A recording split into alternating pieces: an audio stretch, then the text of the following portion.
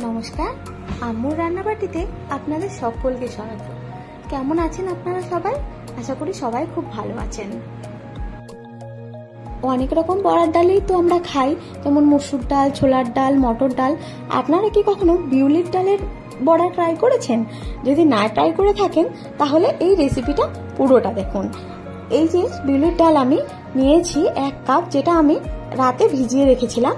আর overnight ভিজে থাকার পর ডালটা এইরকম ফুলে ফুলে ফেটে উঠেছে। তো এইরকমই ভাবে আমার দরকার ডালটা, তাহলে আমার এটা পেস্ট করতে সুবিধা হবে।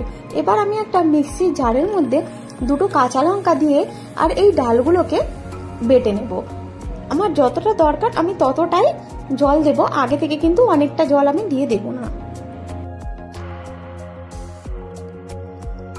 ঝালটা আপনারা আপনাদের পরিমাণ মতো বুঝে দেবেন। আমি খুব বেশি ঝাল খাই না, যেহেতু আমার বাড়িতে ছোট বাচ্চা আছে, ও এই খাবারগুলো খাবে, সেই জন্য আমি ঝালটা আমার পরিমাণ মতো বুঝে দিয়েছি। আপনারা আপনাদেরটা বুঝে দেবেন।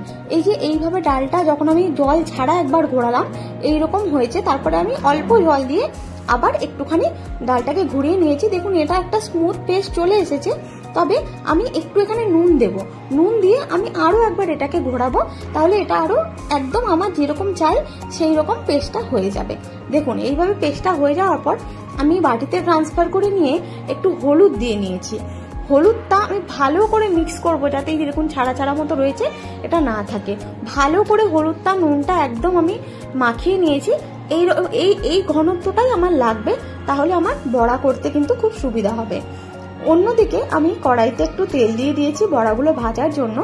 আর তেলটা যখন গরম হয়ে যাবে আমি বুঝতে পারবো, তখন আমি একটা স্পুনের সাহায্যে, আপনারা চাইলে হাত দিয়েও করতে পারেন, বারবার হাত ধুতে হয়, তাই জন্য আমি একটা স্পুনের সাহায্যে করছি। এইভাবে বড়াগুলোকে আমি হালকা লাল লাল করে ভেজে নেব।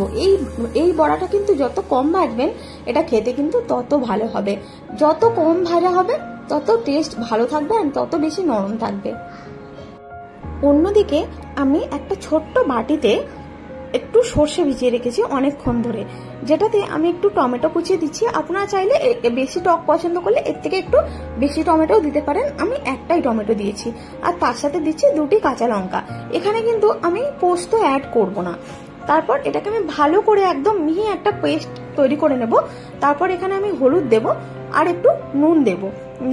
নুনটা দিয়ে আমি এটাকে ভালো করে মিক্স করে রাখবো বাটির মধ্যে।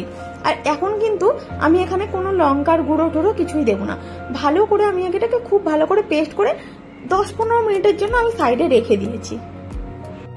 তারপরে যে কড়াইটাতে বড়া ভেজেছিলাম সেখানে তেলটা একটু কমিয়ে নিয়েছি, নিয়ে এই সর্ষে বাটাটা আমি কড়াইতে ঢেলে দিলাম।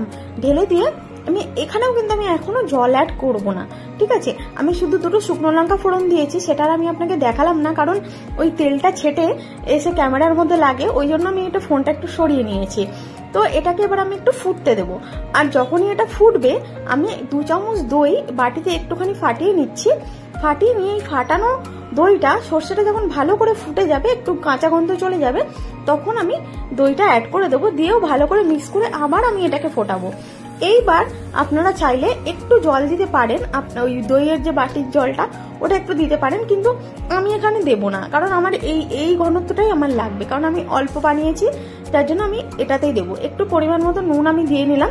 এবার একটা একটা করে আমি বড়াগুলো এটাতে ছাড়তে থাকবো।